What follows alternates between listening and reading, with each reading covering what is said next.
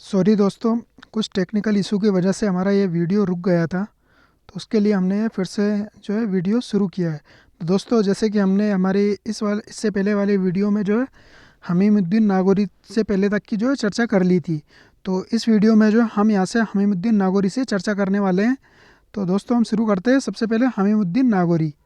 तो दोस्तों, ये जो शिष्य किसके थे, आप सभी को जैसे कि हमने इससे पहले चर्चा की थी कि जो मोइनुद्दीन चिश्ती थे, वो मोहम्मद गोरी के समय भारत में आए थे और भारत में आके उन्होंने अपना जो है डेरा अजमेर के अंदर स्थापित किया था। और वहीं पे जो है जयपाल जोगी और रामदेव, हमीमुद्दीन नागौरी और बख्तियार काकी, इन लोगों को सभी को शिष्य बनाया था। तो उन्हीं में से जो उनके जो दो प्रमुख शिष्य थे, हमीमुद्दीन नागौरी और एक शिष्य था उनका कुतुबुद्दीन बख्तियार काकी। तो इन दोनों के बारे में हम डिस्कस करने वाले हैं अब। तो हमीमुद्दीन नागौरी की हम पहले डिस्कस कर लेते हैं दोस्तों। तो यहाँ पे हम चर्चा कर रहे थे, हमीमुद्दीन नागौरी जो थे, इन्होंने अपने राजस्थान के अंदर नागौर में अपना ये इन्होंने खानका स्थापित की थी। और इनको जो है सुल्तान तरीकीन कहा जाता है, जिनको सन्यासियों को सुल्तान कहा जाता है। इसी के बाद दोस्तों, इन्होंने जो है दिल्ली, इनका जो जन्म हुआ है दिल्ली विजय जब हुई थी, तो उसके पश्चात जन्म लेने वाले जो प्रथम शिशु थे, इसके बारे में हमने यहाँ पे चर्चा कर ली थी। तो इसके बाद दोस्तों हम देखते हैं, ये एकमात्र सूफी संत है जिन्होंने शाकाहार को अपनाया।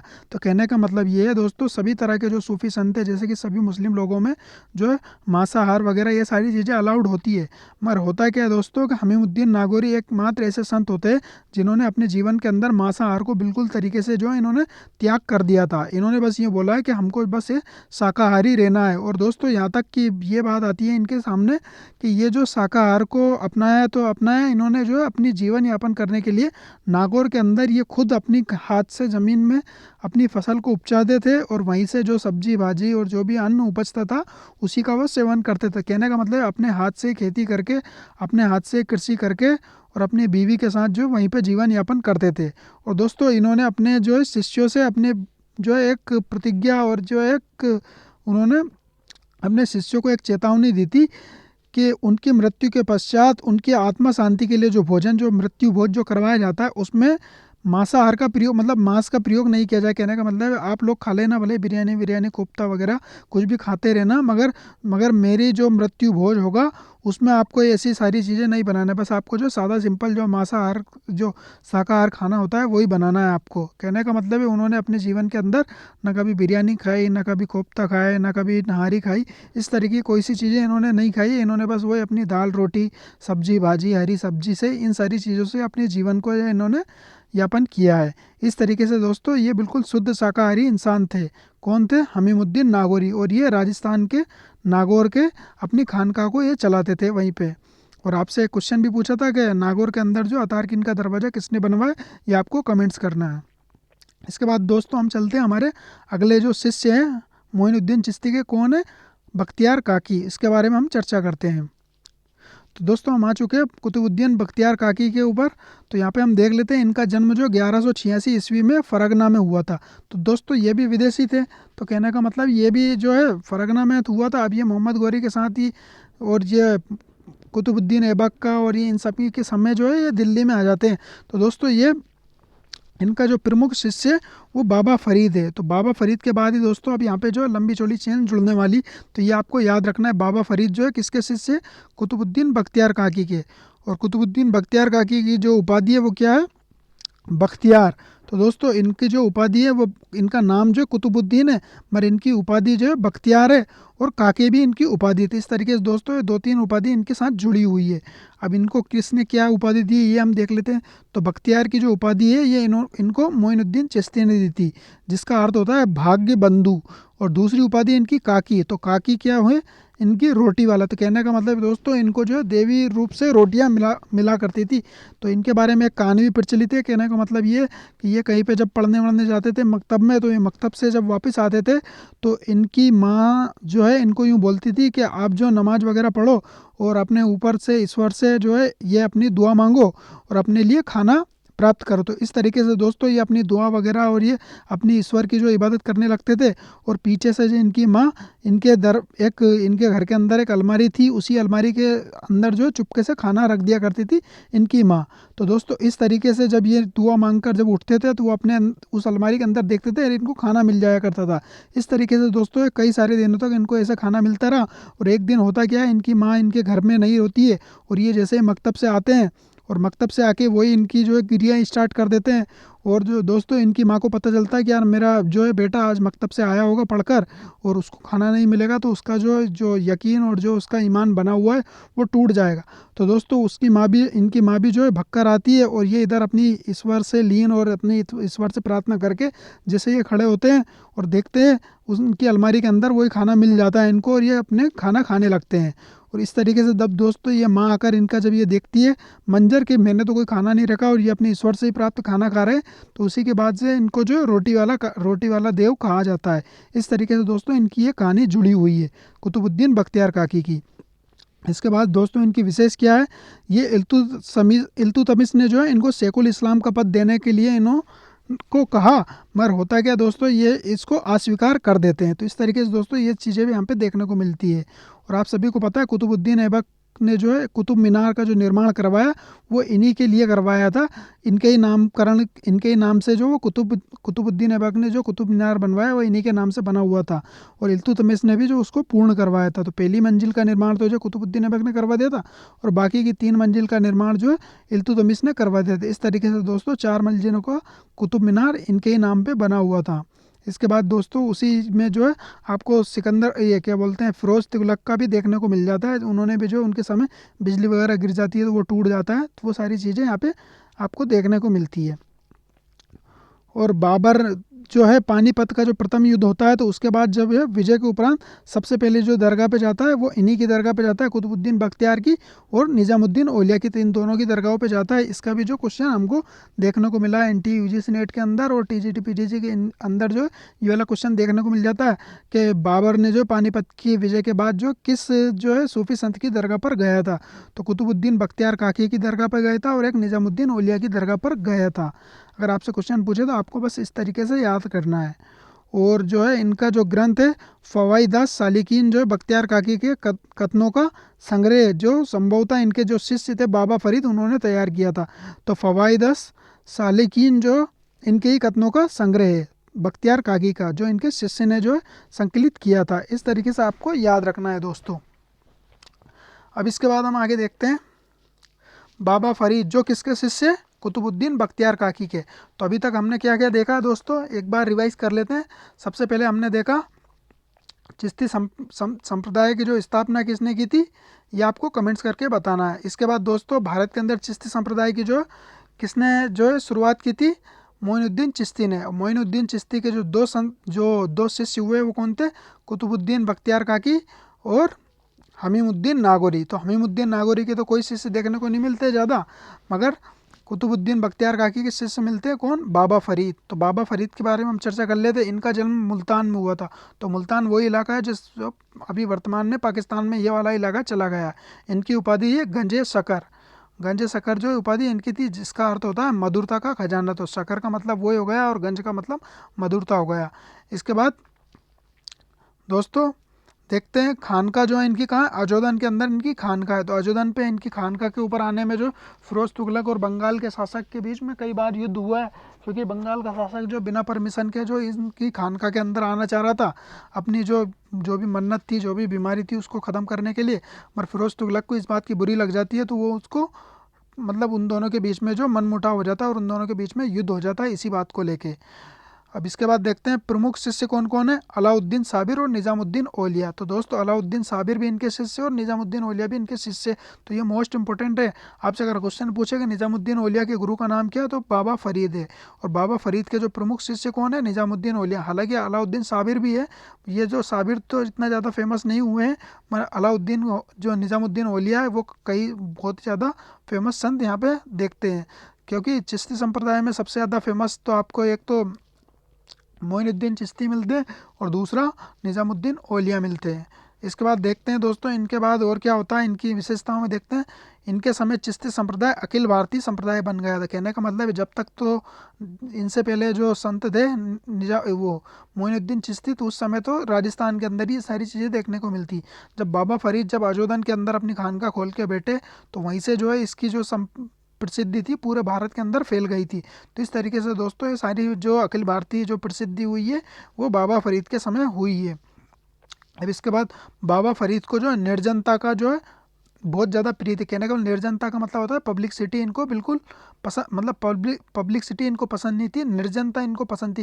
बिल्कुल अकेले रहना और जो है बड़े बड़े लोगों को उसके दरबारों के अंदर जाना, ये सारी चीज़ें इनको पसंद नहीं थी। और ये इसी चीज़ को जो है अपने शिष्यों को अपना उपदेश देते थे कि दरगाह उसके अंदर दरबारों के अंदर नहीं जाना चाहिए, शासकों के संपर्क में नहीं रहना चाहिए, बड़े लोगों के संपर्क में नहीं रहना चाहिए। ये सारी चीज़ें जो बाबा फरीद देते थे, मगर ये ज्ञान ही देते थे। मगर होता क्या है दोस्तों, ये जो है बलबन की पुत्री से विवाह करते हैं।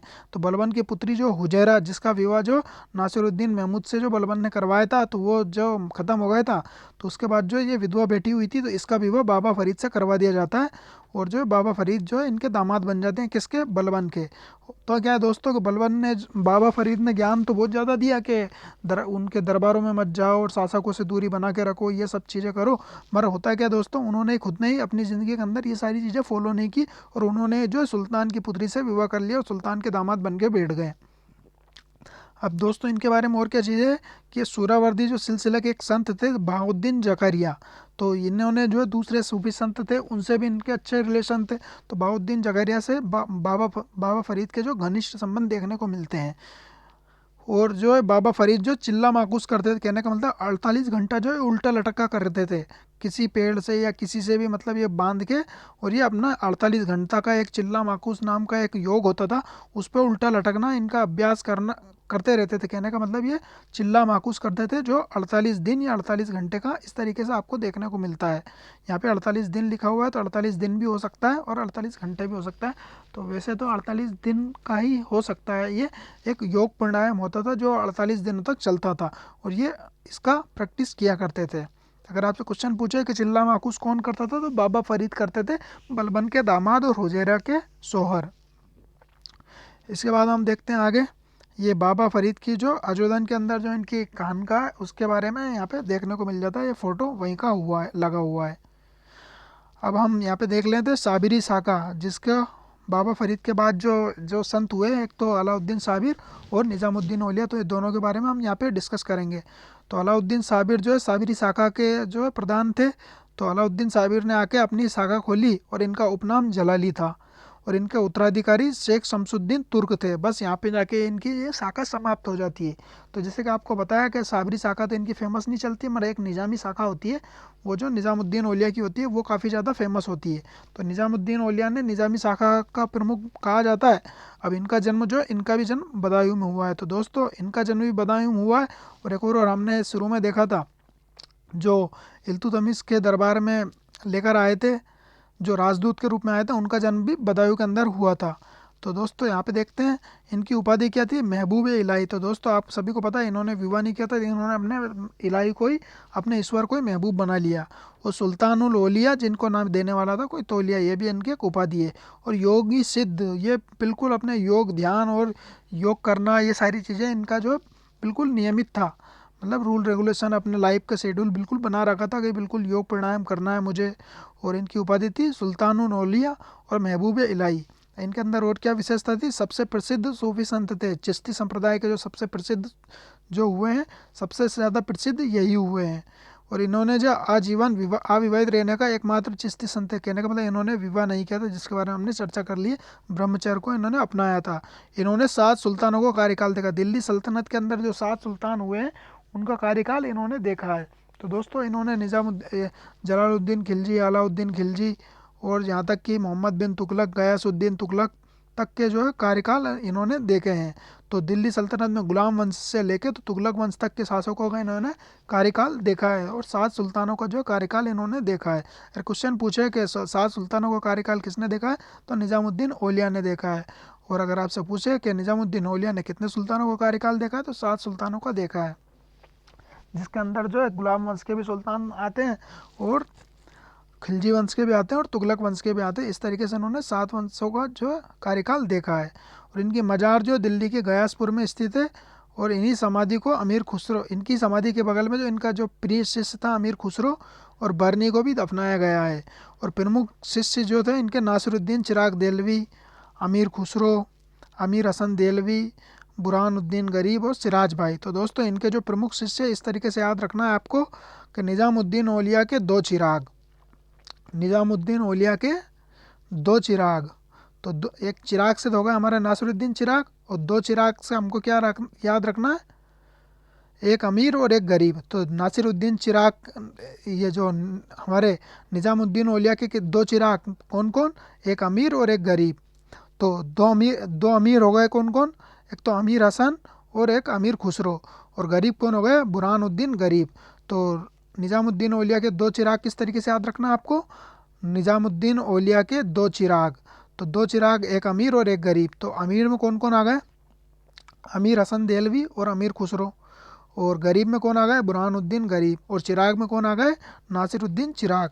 और सिराज भाई अलग से है ही सही, उनको ऐसे ही याद रख सकते हो आप। तो इस तरीके से आपको जो है इनके प्रमुख शिष्य को याद रखना है। इसके बाद हम आगे चलते हैं दोस्तों, निज़ामुद्दीन औलिया के बारे में और चर्चा कर लेते हैं कौन कौन क्या क्या है। निज़ामुद्दीन औलिया नियमित यौगिक प्राणायाम करते थे। दोस्तों ये तो बिल्कुल सिंगल पार्टी थी, इनका ना तो कोई आगे पीछे ना कोई था।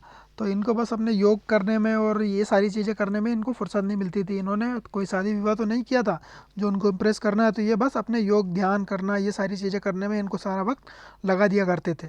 अब निज़ामुद्दीन औलिया जो है अलाउद्दीन खिलजी भी बुलाते थे, भाई आ जाओ हमारे दरबार में। तो इस तरीके से अलाउद्दीन खिलजी ने इनको बुलाया तो उन्होंने मना कर दिया। तो उन्होंने बोला कि मेरे मकान में 2 दरवाजे हैं बेटा, अगर तुम एक दरवाजे से आओगे तो मैं दूसरे दरवाजे से निकल जाऊंगा। तो इस तरीके से इन्होंने बात बोली है। तो निज़ामुद्दीन औलिया ने जो अलाउद्दीन खिलजी की जो है इन्होंने जो उन्होंने बुलाने का जो इनविटेशन दिया था उसको इस तरीके से इन्होंने मना कर दिया कि बेटा आप अगर एक दरवाजे से आओगे तो मैं दूसरे दरवाजे से निकल जाऊंगा। कहने का मतलब ये है कि मुझे दरबार वरबार ये सारी चीज़ों का मुझे शौक़ नहीं है, पहले हम सिंगल इंसान हैं। इस तरीके से आपको जो मुझे परेशान करना और मुझे बुलाने के बारे में आप जो अपने ख्वाब छोड़ दो। तो ये सारी चीज़ें यहाँ पे देखने को मिलती है। इसके बाद दोस्तों गयासुद्दीन तुगलक ने कहा, जो गयासुद्दीन तुगलक को इन्होंने कहा कि हुनूस दिल्ली दूरस्थ। तो दोस्तों ये केस ऐसा है इनका कि इनसे पहले जो खिलजी वंश का जो एक सुल्तान हुआ करता था खुसरो मलिक, उसने इनको जो है काफ़ी सारे जो धन दिया था इनको निज़ामुद्दीन औलिया को। तो निज़ामुद्दीन औलिया को जब धन दिया तो निज़ामुद्दीन औलिया चले तो उस धन को जो इन्होंने बांट दिया अपने गरीबों में और अपने जो अपने मुरीद वगैरह इन सारी चीज़ों में, अपनी खानकाहों में वो सारा चीज़ें खर्च कर दिया। तो होता क्या दोस्तों, ये गयासुद्दीन तुगलक जो है उस खुसरो मलिक को हटा के उसकी हत्या करके ये सुल्तान बन जाता है। तो गयासुद्दीन तुगलक जो अपनी राज व्यवस्था को सुधारना, अपनी अर्थव्यवस्था को सुधारना का ये काम करता था। तो उसने क्या किया दोस्तों, गयासुद्दीन तुगलक ने जितने भी जो पुरानी उदारती थी उसको उगाने का जो है उसने निर्णय लिया। तो उसको जो है पुरानी उदारी उगाने में उसने देखा कि निज़ामुद्दीन औलिया को भी इन्होंने धन दे रखा है, तो ये चले निज़ामुद्दीन औलिया से इन्होंने बोला कि भाई मेरे जो पहले वाले शासक ने जो आपको उदार धन दिया था या जो भी जिस तरीके से आपको गिफ्ट किया था वो मुझे चाहिए। तो निज़ामुद्दीन औलिया ने बोला कि भाई मेरे पास तो नहीं है ये सारी चीज़ें, मैंने तो खर्च कर दिया। तो उन्होंने बोला कि अभी तो मैं जा रहा हूँ बंगाल में, मगर जैसे बंगाल से आऊँगा मैं आपको ये सारी चीज़ें वसूल करूँगा और नहीं दिए तो मैं आपको जो है दिल्ली से निकाल दूँगा। तो ये सारी चीज़ें कह के गयासुद्दीन तुगलक जो बंगाल अभियान पे चला जाता है। तो दोस्तों 1325 में ही जो जब गयासुद्दीन तुगलक जो है दिल्ली जब रवाना होता है तो उसी ने रास्ते में आके यूँ बोला कि जाओ निज़ामुद्दीन औलिया से बोलो कि मेरा पैसा कंप्लीट रखे और अगर कंप्लीट नहीं रखा तो मैं दिल्ली से निकाल दूंगा। दोस्तों जब वहाँ से आके जब ये कोई आके इससे जब बोलता है कि जो है गयासुद्दीन तुगलक जो पैसे मांग रहा है आपसे और उनको जो पैसा चाहिए, तो निज़ामुद्दीन औलिया यूँ बोलते हैं आपसे उनसे गयासुद्दीन तुगलक से कि हुनूज अभी तो दिल्ली दूर है। कहने का मतलब ये हुनूज दिल्ली दूरस्थ, तो कहने का मतलब अभी तो आप बंगाल से चल रहे हो तो दिल्ली तो आओ पहले। तो कहने का मतलब उन्होंने यूँ बोला। और होता क्या दोस्तों, गयासुद्दीन तुगलक जो है रास्ते में आके अफगानपुर में आके जब उसका बेटा मोहम्मद बिन तुगलक उसका भव्य स्वागत करता है वहीं पे जो उसकी मृत्यु हो जाती है। कहने का मतलब ये जो कथन था इस तरीके से दोस्तों ये सही हो जाता है कि दिल्ली वो पहुँच भी नहीं पाता है और निज़ामुद्दीन औलिया से वो धन वसूल भी नहीं कर पाता है।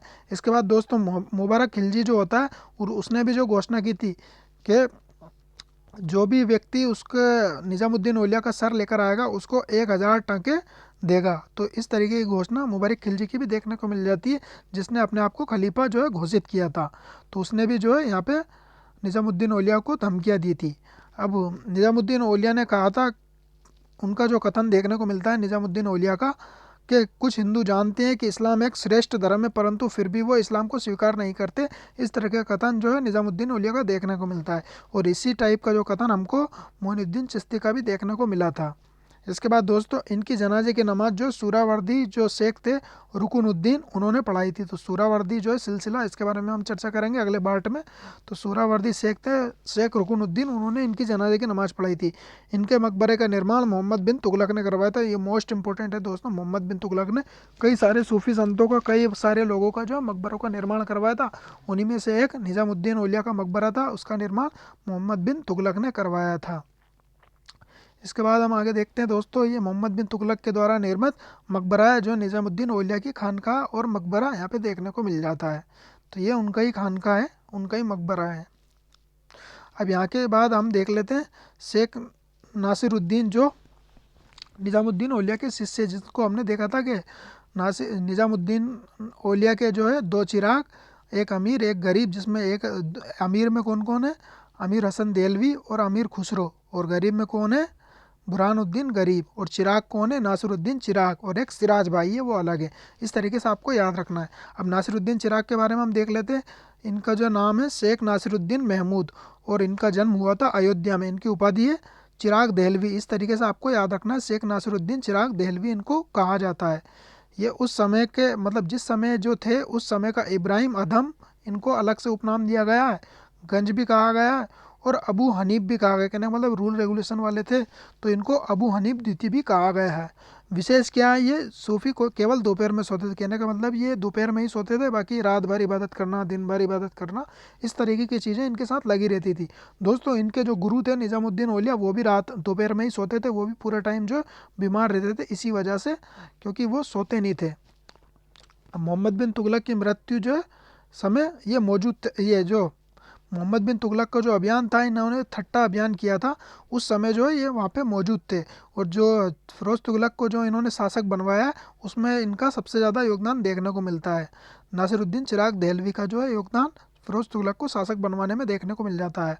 और इन्होंने जो है अपने शिष्यों को सरकारी नौकरी करने से नहीं रोका। कहने का मतलब खूब सरकारी नौकरी करो, खूब पैसे कमाओ, खूब अच्छी तरक्की करो, खूब मौज करो, इस तरीके की चीज़ें इन्होंने बोली अपने शिष्यों से, इन्होंने रोका नहीं है। और इन्होंने अपना कोई भी उत्तराधिकारी घोषित नहीं किया। कहने को मतलब इनको कोई उत्तराधिकारी नहीं मिला, तो इन्होंने कोई भी उत्तराधिकारी घोषित नहीं किया। इसके बाद मृत्यु के बाद अपने घर में इनको दफना दिया गया, और दिल्ली में उनका मकबरा क्षेत्र चिराग दिल्ली के नाम से प्रसिद्ध है। तो दोस्तों यहाँ पे एक जो है, यहाँ पे एक स्विमिंग पूल है। कहने का मतलब एक कुंड है, जिसके अंदर नहाने से दोस्तों यहाँ से संतान की प्राप्ति होती है। ये सारी चीज़ें यहाँ पे बताई जाती है नासिरुद्दीन चिराग देहलवी का जो मकबरा है वहाँ पे। इसके बाद हम आगे देखते हैं दोस्तों, सिराज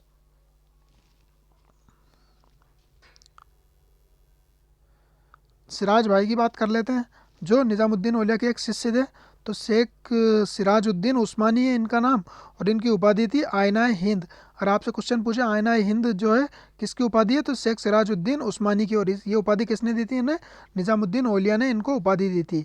और बंगाल में औलिया के उपदेशों का प्रचार किया था। दोस्तों ये जो है यहाँ से बंगाल में चले गए थे, तो बंगाल में जाके इन्होंने औलिया के उपदेशों का प्रचार किया था, और इनकी उपाधि थी आयना हिंद। तो आयना हिंद इनकी उपाधि थी। और सिराजुद्दीन उस्मानी किसके शिष्य थे, निज़ामुद्दीन औलिया के। तो दोस्तों ये तो यहाँ पे ख़त्म हो गया इनकी लाइन। अब एक और जो शिष्य जो थे सूफी संत, उसके बारे में हम चर्चा कर लेते हैं। अब्दुल कुद्दूस गंगोई के बारे में देख लेते हैं। अब्दुल कुद्दूस गंगोई है, और इनका उपनाम है अलगदास, और इनकी पुस्तक का नाम है रसदनामा। इस तरीके से दोस्तों इसको फैक्ट के तौर पे आप याद रख सकते हो, या ज़्यादा मोस्ट इंपॉर्टेंट तो नहीं है, मगर फिर भी आपको अगर याद रह जाए तो ये याद रख सकते हो। और अलग निरंजन अगोचर है, और खुदाई एवं निरंजन एक ही इनका नारा था। इस तरीके से दोस्तों आपको ये याद रखना है। अब्दुल कुद्दूस गंगोई का नारा क्या था, अलग निरंजन अगोचर है, और खुदा एवं निरंजन एक ही है। इस तरीके की चीज़ें इन्होंने दी है। और कुतुबन ये एक अन्य है, और इनकी जो पुस्तक का नाम है मृगवती। तो ये क्वेश्चन आपसे पूछा जा सकता है कि कुतुबन की जो मृगवती, या मृगवती का जो लेखक कौन है, कुतुबन है। इस तरीके से आपको याद रखना है। इसके बाद दोस्तों हम आगे देखते हैं शेख सलीम चिश्ती जो मोस्ट इंपॉर्टेंट है दोस्तों, यहाँ से क्वेश्चन पूछा जाता है। शेख सलीम चिश्ती भी जो अन्य सूफी संत है, जो चिश्ती संप्रदाय के ही संत है। ये तो काफ़ी ज़्यादा फेमस है, आप सभी को पता है कि जो है अकबर जो है इनका खास ज़्यादा जो है इनका शिष्य था, और अकबर ने इनके यहाँ जो काफ़ी ज़्यादा जो यात्रा जो इनके यहाँ जाता था, और इनकी खानकाह में जो अपने पुत्र की प्राप्ति हुई है। इनकी उपाधि थी शेखुल हिंद। तो इस तरीके से आपको याद रखना है, शेखुल हिंद इनकी उपाधि थी।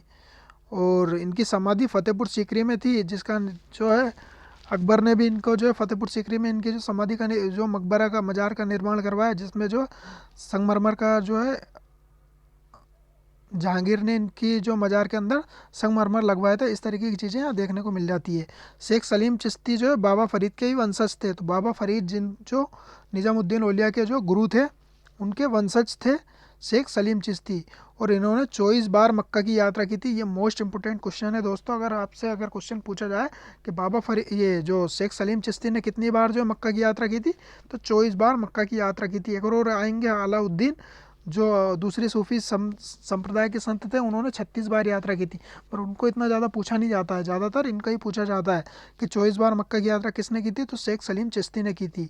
और इनके जो और क्या इनसे चीज़ें जुड़ी हुई, तो अकबर के 2 पुत्र सलीम और मुराद का जन्म इनकी खानकाह में हुआ था। दोस्तों आप सभी को पता है कि जो अकबर का पुत्र सलीम है, इनका नाम भी इन्हीं के नाम के ऊपर रखा गया है, क्योंकि इनकी जो आशीर्वाद से अकबर को जो ये सलीम की जो प्राप्ति हुई थी।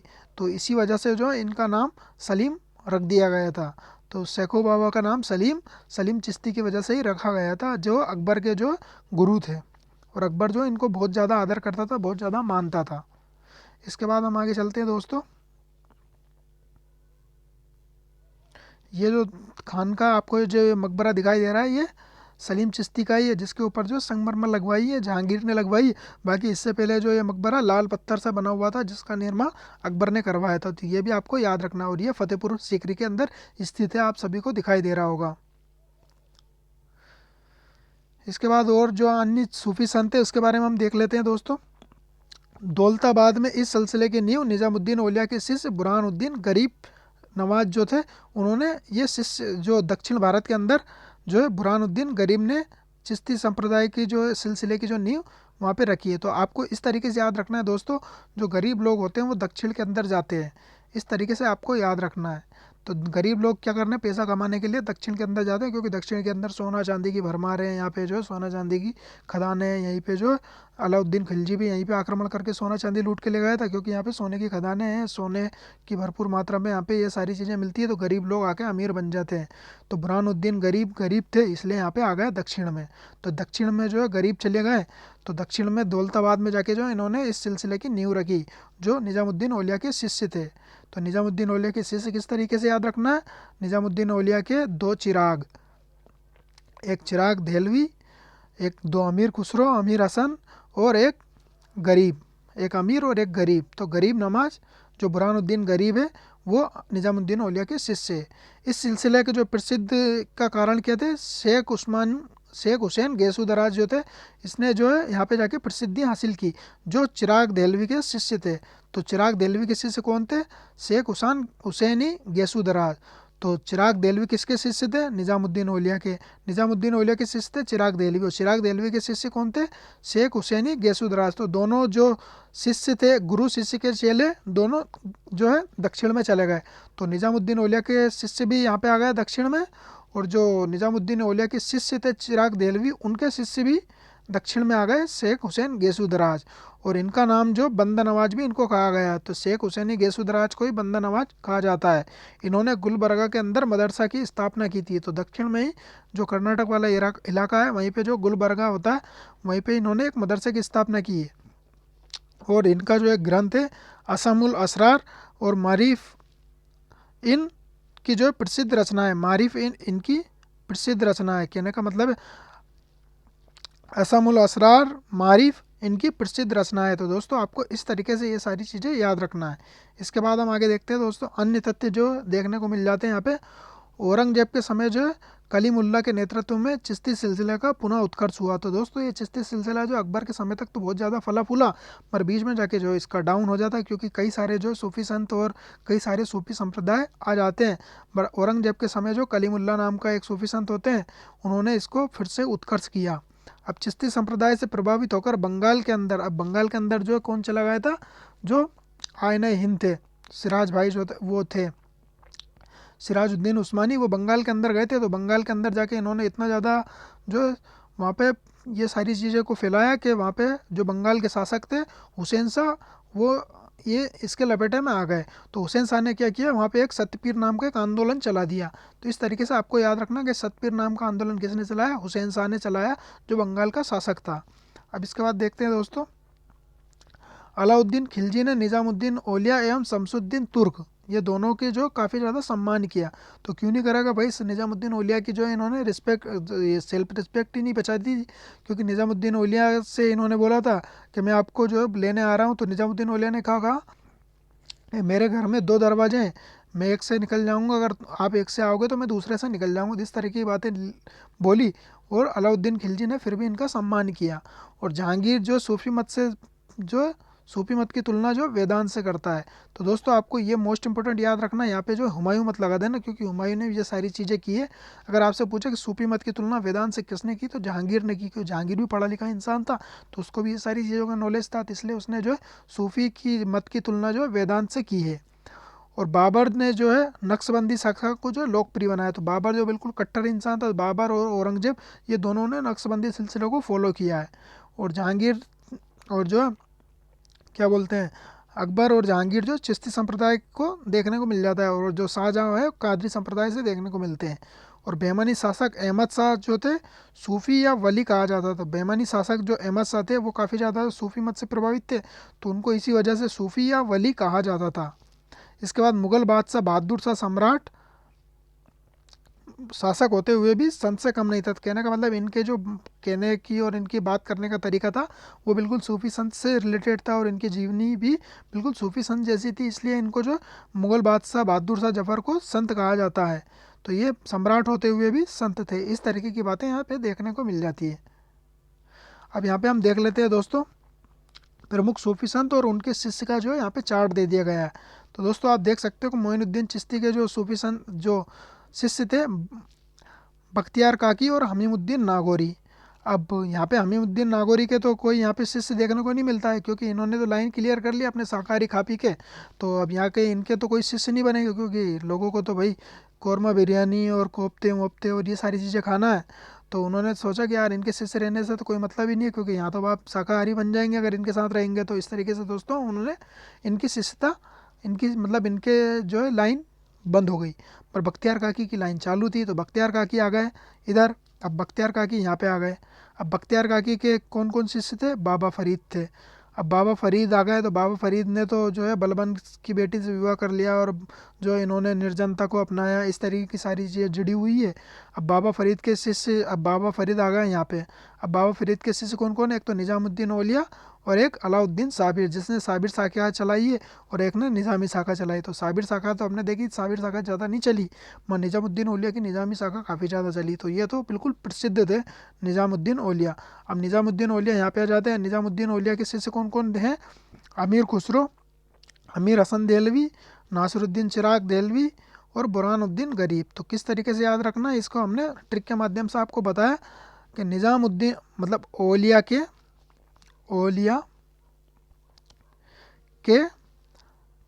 दो चिराग, अमीर और गरीब। तो अमीर गरीब में आपको किस तरीके से याद रखना है, दो तो अमीर हो गए और एक गरीब हो गया। दो अमीर कौन कौन हो गए, अमीर हसन और अमीर खुसरो। और गरीब कौन हो गए, बुरहानुद्दीन गरीब, जो दक्षिण में चले गए। और जो गरीब होते हैं वो दक्षिण में चले जाते हैं, और अमीर होते हैं वो उत्तर भारत में रह गए। अमीर खुसरो और अमीर हसन देलवी तो रह गए। और अमीर खुसरो की मौत जो है निज़ामुद्दीन औलिया की एक दिन बाद हुई थी। ये इतने ज़्यादा प्यारे शिष्य थे। तो इस तरह की सारी चीज़ें क्लियर हो जाती है दोस्तों। तो मुझे लगता है दोस्तों आज के बाद जो है आपको सूफी संप्रदाय में जो चिश्ती संप्रदाय है वो आपको बिल्कुल क्लियर हो गया होगा। और क्रोनोलॉजी में अगर आपसे पूछेंगे तो आपको किस तरीके से याद रखना, मोइनुद्दीन चिश्ती, फिर बख्तियार काकी, और उसके बाद फिर बाबा फरीद, फिर निज़ामुद्दीन औलिया, फिर उनके बाद जो उनके शिष्य। आपको अगर क्रोनोलॉजी में पूछे तो आप इस तरीके से आपको सेट करना है। तो दोस्तों मुझे लगता है आपको जो है ये सारी चीज़ें क्लियर हो गई होगी। अगर आपको वीडियो पसंद आए तो लाइक करना है, और जो चैनल को सब्सक्राइब करना है, नए हो तो बेल आइकन को भी प्रेस कर लेना है, क्योंकि आने वाली वीडियो की नोटिफिकेशन आपको बराबर मिलती रहे।